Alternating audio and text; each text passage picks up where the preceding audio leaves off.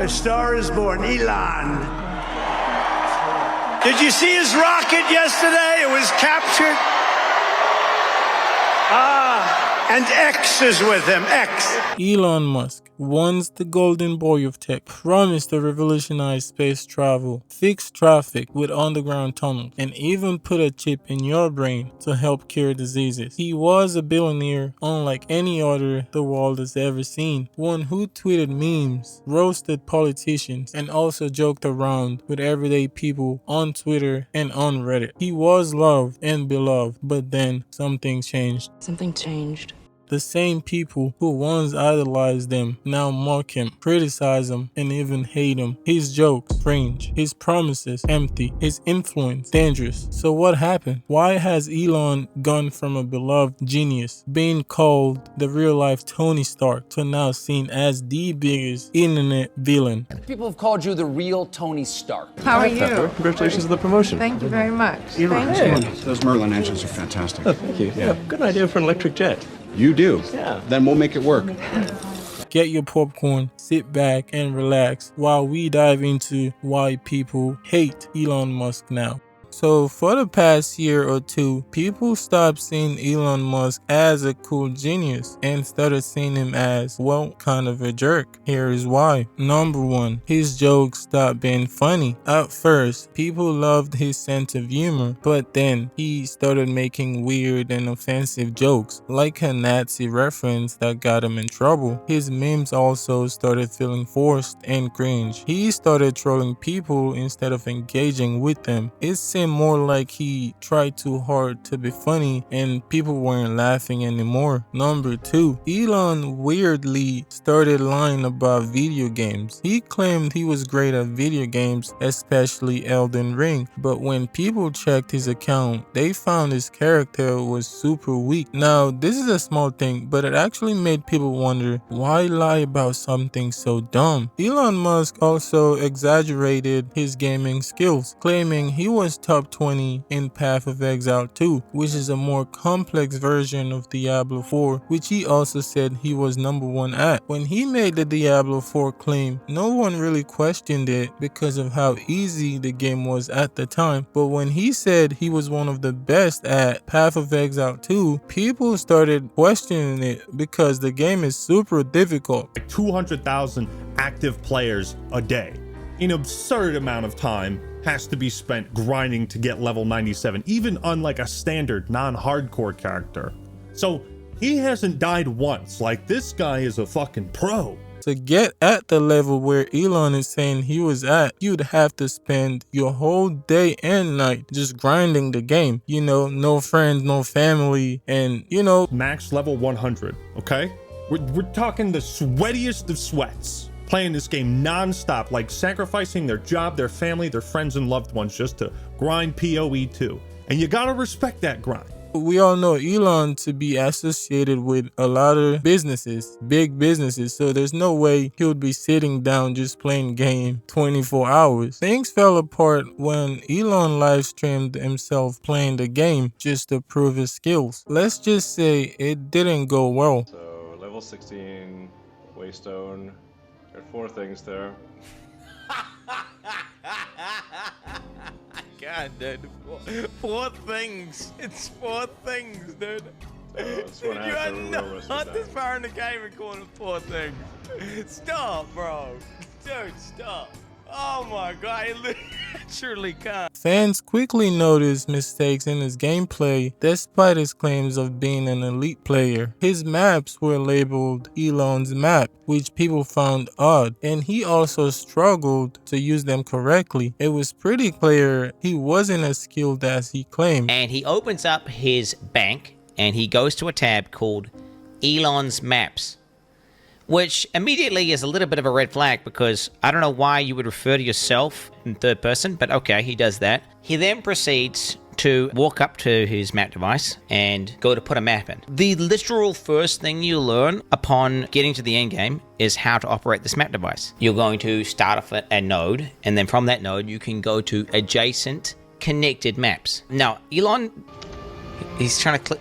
Oh, he's trying to do the map that's not in the chain. He's just clicking a map repeatedly, trying to access it. He was not eligible to enter that map. I just want you guys to understand, this is one of the highest level hardcore characters in the game. He would have played thousands of maps at this point. Watching his own fans and the gaming community roast him was pretty rough. People wondered why he felt the need to fake being good at a game. I mean, being a billionaire who likes video games is already cool, so why not just own that? But maybe people expect a genius to be great at everything, and Elon didn't want to admit that he wasn't. Number 3, broken promises. If there's one thing Elon Musk is great at, is making promises. Elon doesn't just make promises, he overpromises a lot, and he doesn't always deliver. Like when he said we'd be on Mars by 2024. So every 2 years there's an opportunity for to fly to Mars.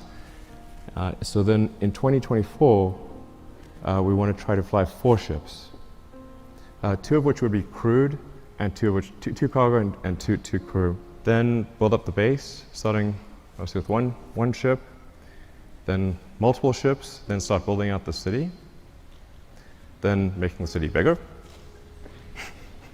even bigger. Well, it's 2025 now and we're still waiting. He also said Tesla's full self-driving would be ready years ago. Well, it's still not there. Someone's going to sit in a Tesla without touching the steering wheel, tap in New York, off it goes. Yeah. Won't have to ever touch the wheel by the end of 2017. Oof, spoilers. Come on.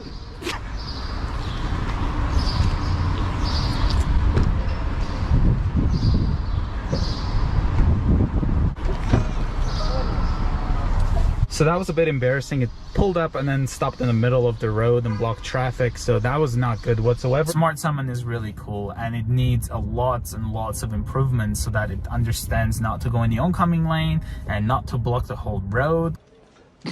He also said the Cybertruck windows were unbreakable, then they broke on stage. Glass, please. Sure? Yeah. Oh my fucking god. Well, maybe that was a little too hard.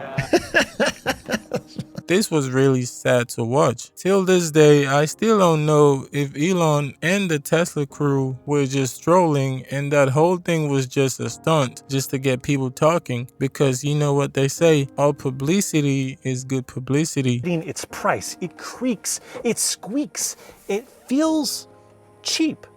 So, with all these claims falling short, people started losing trust in Elon's words. Number 4, Twitter chaos. See, when Musk bought Twitter, he said he'd make it better. The whole reason why he bought Twitter in the first place was because he said they were trying to take away free speech, and he needed to save humanity by taking control of the platform. Instead, when he bought Twitter, he removed blue check marks from real journalists. He banned people who try to criticize them. He also laid off thousands of employees overnight. Even people who once supported him started to leave Twitter in frustration. A member of Elon's team requested to meet with me. So the initial perspective that somebody on his team had was, well, turn off all access to content moderation tools. Just stop all of it. Nobody moderates anything. Really? And I explained that that wouldn't be a viable approach because there's lots of types of moderation that are simply non-negotiable around combating terrorism, around protecting children. The day Elon officially took over, the use of the N-word on Twitter shot up 500%. Know about how Musk's messaging and his signaling has been received. As hate speech continued to surge, Musk called in Yoel Roth, who is now leading Twitter's Trust and Safety Division. My directions from Elon directly were shut it down, get rid of all of it.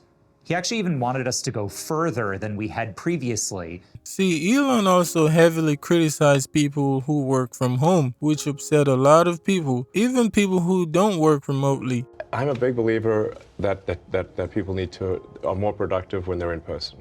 Look, there are some exceptions, but I kind of think that the whole notion of work from home is a bit like the fake Marie Antoinette quote, "Let them eat cake." It's like, it's like really, you're going to work from home and you're going to make everyone else who made your car come work in the factory. You're going to make the people who make your food that gets delivered that they can't work from home. The people that come fix your house, they can't work from home, but you can. Does that seem morally right? That's messed up. You see it as a moral issue? Yes. I mean, I see it more as And just it's a productivity issue, but it's Yeah. also a moral issue. People should get off the goddamn moral high horse with the work from home bullshit. Because they're asking everyone else to not work from home while they do. The laptop class is living in La La Land. Many people argue that if a job doesn't require being in the office, there is no issue with working from home, as long as the employees are getting their work done and meeting expectations. Number 5, personal life drama. See, Elon's personal life also became a problem. He has multiple kids with multiple women, which some people find strange. He also disowned his transgender daughter, which made some people see him as a bad parent.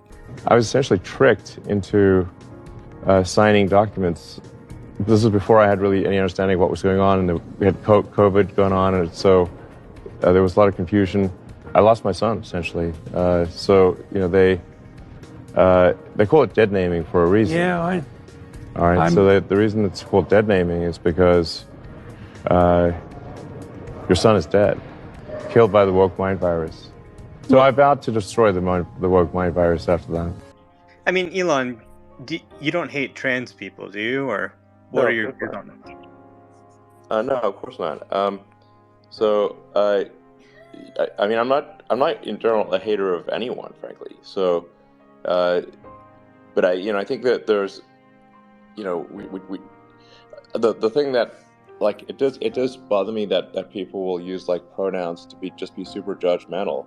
And actually, to me, it feels like a lot of these things are like they're a shield that allow people to be assholes.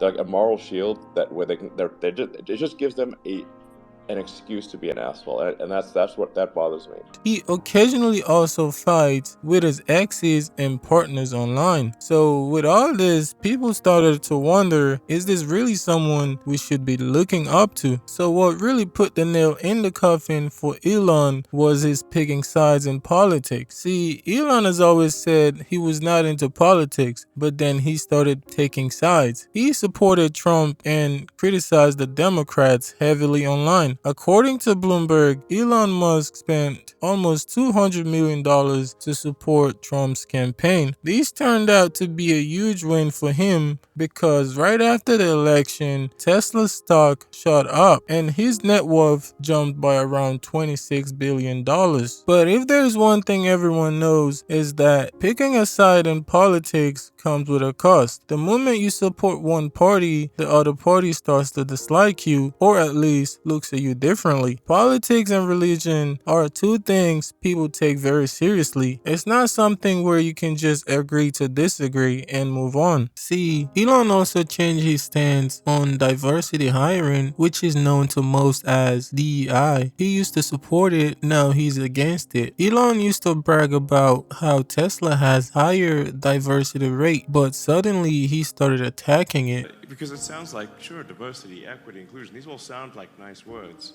but what it really means is discrimination on the basis of race, sex, and sexual orientation, and it's against merit, and thus I think is fundamentally anti-Semitic.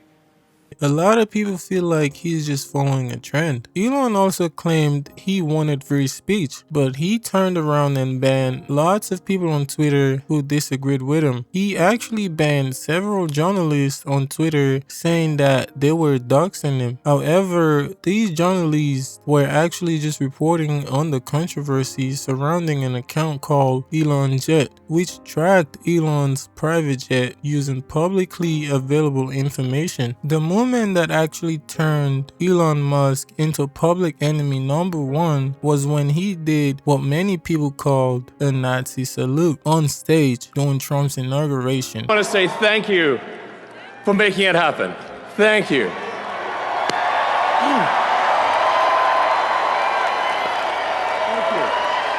My heart goes out to you.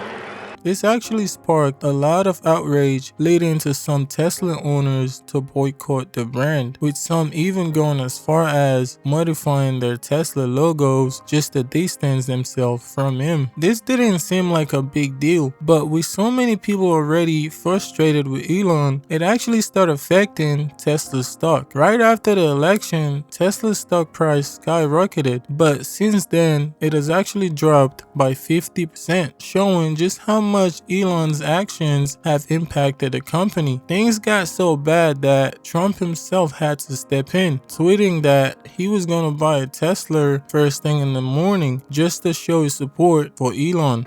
Looks good. Take number 2. Yeah. That's beautiful. You looking to buy or lease today? Well, I'm going to buy.